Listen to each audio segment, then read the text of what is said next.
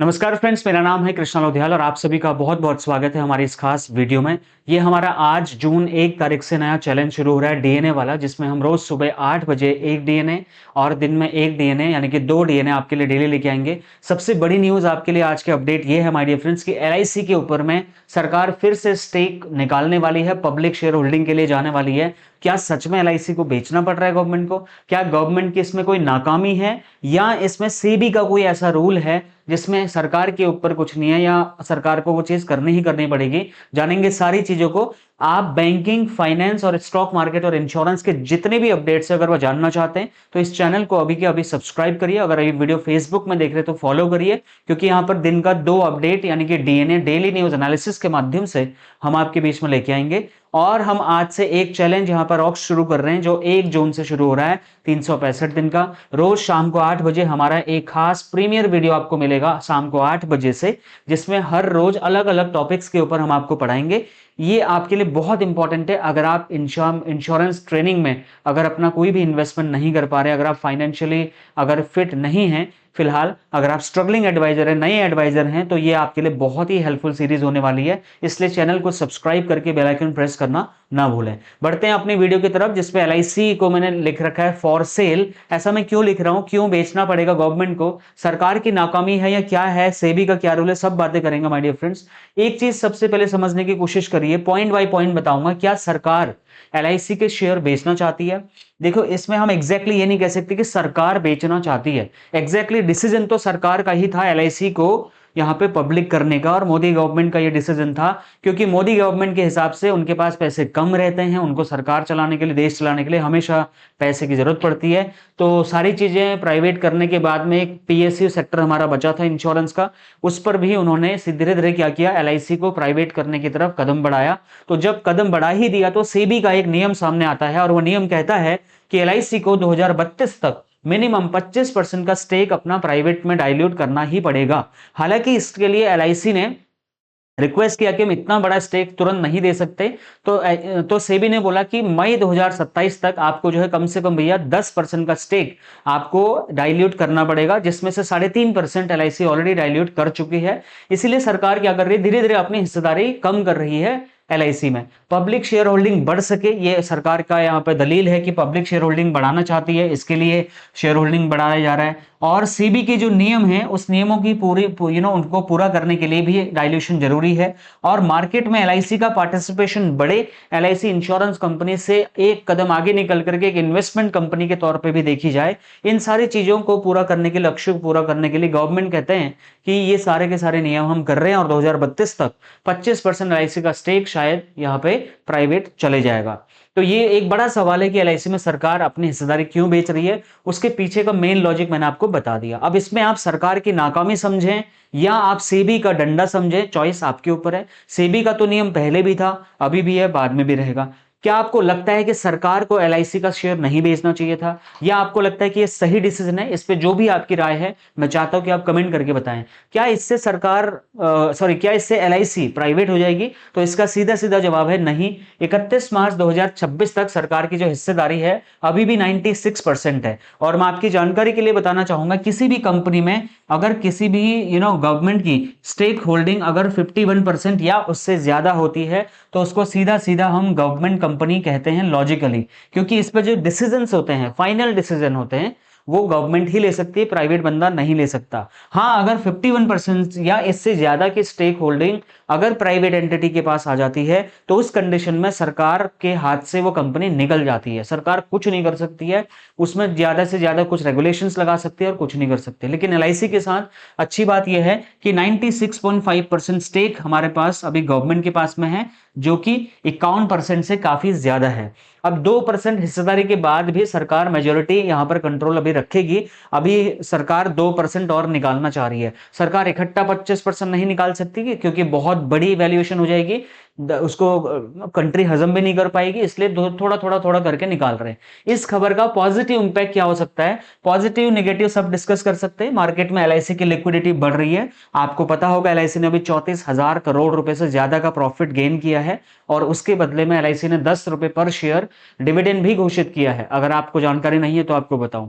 दूसरा, एलआईसी ने एक by one get one share offer भी स्कीम लगाया है, जिसपे एलआईसी ने बोला कि अगर आप 28 मई से पहले पहले हमारे शेयर खरीदते हैं तो आपको एक के बदले एक शेयर मिलेगा, और वो चीज हो भी चुकी है। अब यहां पर 25 जून के आसपास में डिविडेंड भी एलआईसी का आने वाला है। तो कुल मिलाकर के एलआईसी की फाइनेंशियल पोजीशन अच्छी है। At the same time LIC में लिक्विडिटी बढ़ाने के लिए ये चीजें आगे आने वाले टाइम में अच्छा रोल प्ले करती हैं।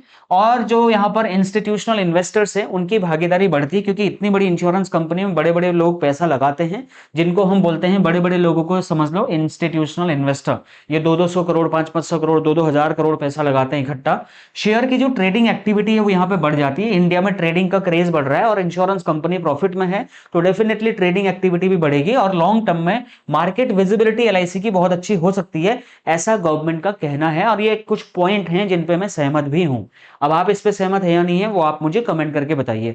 इस खबर का अगर हम नेगेटिव एस्पेक्ट को जानने की कोशिश करें तो दोस्तों क्या होगा, शॉर्ट टर्म में एलआईसी का जो स्टॉक प्राइस है वो बहुत ही वॉलेटाइल दिख रहा है इस टाइम पे। अगर मैं आज के डेट में बात करूं, अभी पहले जब मतलब अभी शेयर प्राइस डाइल्यूट कर दिया एलआईसी ने, 1 के 2 कर दिए हैं, तो 820 पे ट्रेड कर रहा था, तो वो अभी 400 कुछ रुपए पे ट्रेड कर रहा है।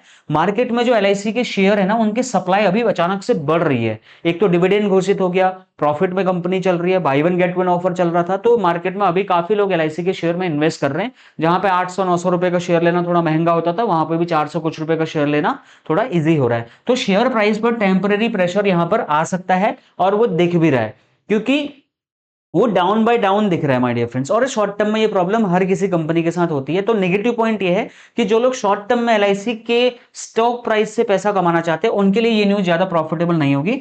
जो ट्रेडर्स हैं वो अपना प्रॉफिट बुकिंग कर सकते हैं इस टाइम पर भी। और वॉलेटिलिटी इस टाइम पर काफी ज्यादा बढ़ रही है, कोई एग्जैक्टली कुछ नहीं कहा सकता कहां तक ये जाएगा, जबकि वो 200 कुछ 97 तक भी चले गया था एक तरीके से, अगर आप उसका इतिहास उठा के देखोगे। अभी एलआईसी शेयर प्राइस क्या था, 831 के आसपास ट्रेड कर रहा था, वहां से फिसल गया, क्योंकि मार्केट में अक्सर ये चीजें होती रहती हैं और कई बार इन्वेस्टर्स को लगता है कि ज्यादा शेयर मार्केट में आएंगे और शॉर्ट टर्म डिमांड सप्लाई का बैलेंस क्या होता है वो गड़बड़ा जाता है। इसी कारण से जो इंट्राडे वॉलेटिलिटी क्या बोलते हैं वॉलेटिलिटी होती है, ये कई बार देखी जाती है। लोग पैसा निकालते हैं पैसा लगाते हैं, पैसा निकालते पैसा लगाते हैं।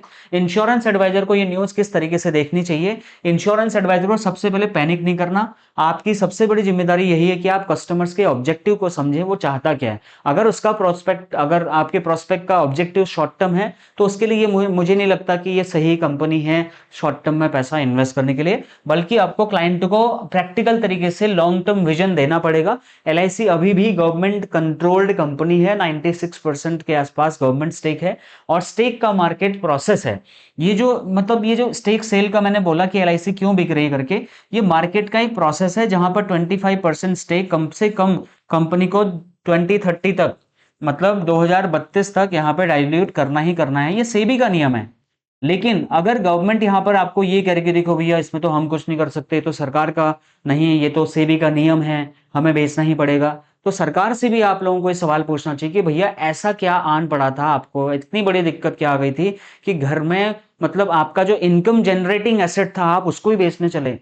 और जब आप बेचने चले आपको सेबी ने तो कहा नहीं होगा कि उसको बेचो भैया, एलआईसी को प्राइवेट कर दो। ये आपकी कहीं ना कहीं नाकामी कहीं ना कहीं रही होगी, जहां पर आपने प्रॉफिट मेकिंग कंपनी को बेचने का डिसीजन लिया है। और अब जब डिसीजन ले ही लिया तो 25% बेचना पड़ेगा, क्योंकि सेबी का नियम है।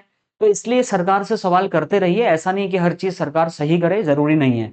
शेयर मार्केट में उतार चढ़ाव सामान्य बात है, आप इस पे कोई ऐसा मत बोलिए किसी को, या अगर आपके क्लाइंट ऐसा बोल रहे भैया एलआईसी तो प्रॉफिट तब जब से स्टॉक प्राइस आया तब से दिखा नहीं पाया, तो ये कंप्लीटली मार्केट सेंटिमेंट के हिसाब से डिपेंड करता है, और लॉन्ग टर्म में कंपनी अच्छा प्रॉफिट बना के देती है, ये बात कंफर्म है। तो क्या इससे एलआईसी पॉलिसी होल्डर्स पर इंपैक्ट पड़ेगा? दोस्तों इसके बारे में तो डायरेक्टली पॉलिसी बेनिफिट तो पर अब ऐसा कुछ नहीं है, लेकिन एलआईसी ने अभी एक नया पॉलिसी निकाला है जिसका नाम है जीवन साथी पॉलिसी। उसमें एलआईसी का दावा है कि आप बाई वन गेट वन ले लो। बाई वन गेट वन का मतलब यह है कि जैसे आपने 10 लाख रुपए का पॉलिसी हस्बैंड का लिया, तो उसी प्रीमियम पे आपकी वाइफ का प्रीमियम नहीं लिया जाएगा और एक पॉलिसी के बदले 2 पॉलिसी मिल जाएंगी, जीवन साथी पॉलिसी है। लेकिन उसके टेक्निकल टर्म्स को अगर अच्छे से आप समझेंगे तो आप देखेंगे कि प्रीमियम बहुत ज्यादा चार्ज कर रही है एलआईसी उसमें। अगर एज कंपेरेटिवली अगर हम 2 पॉलिसी ले लें, 2 पॉलिसी 10-10 लाख रुपए के लेने के बाद जो प्रीमियम आता है उससे भी कहीं ज्यादा प्रीमियम एक पॉलिसी पर एलआईसी चार्ज कर रही है। ये बहुत सारे लोग सोशल मीडिया पे कमेंट कर रहे हैं कि बाय वन गेट वन कैसे हुआ, जब प्रीमियम इतना ज्यादा आपने चार्ज कर दिया तो इससे अच्छा मैं एक पॉलिसी के बदले दूसरा 2 ही पॉलिसी इंडिविजुअली क्यों ना ले लूं। खैर इस पे हम बात नहीं करेंगे, उसके बहुत सारे ऐसे बेनिफिट हैं जो उस पॉलिसी में एलआईसी ने डाले हैं, वो शायद लोगों तक अभी नहीं पहुंचे होंगे। आपकी जिम्मेदारी है कि उस पॉलिसी को बहुत बेहतरीन तरीके से समझाइए लोगों को।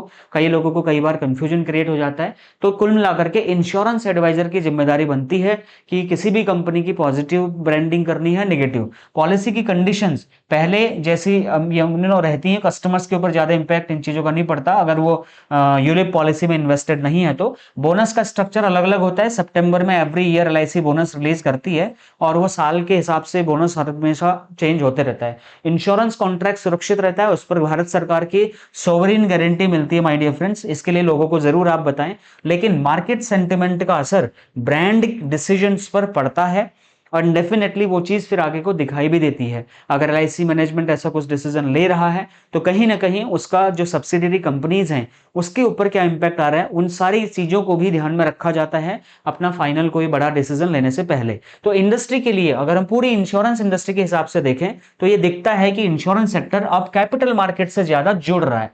अब खाली इंश्योरेंस इंश्योरेंस नहीं रह गया, इंश्योरेंस के साथ साथ जबरदस्ती कहो, इंश्योरेंस के साथ साथ इन्वेस्टमेंट भी यहां पर ऐड हो गया है।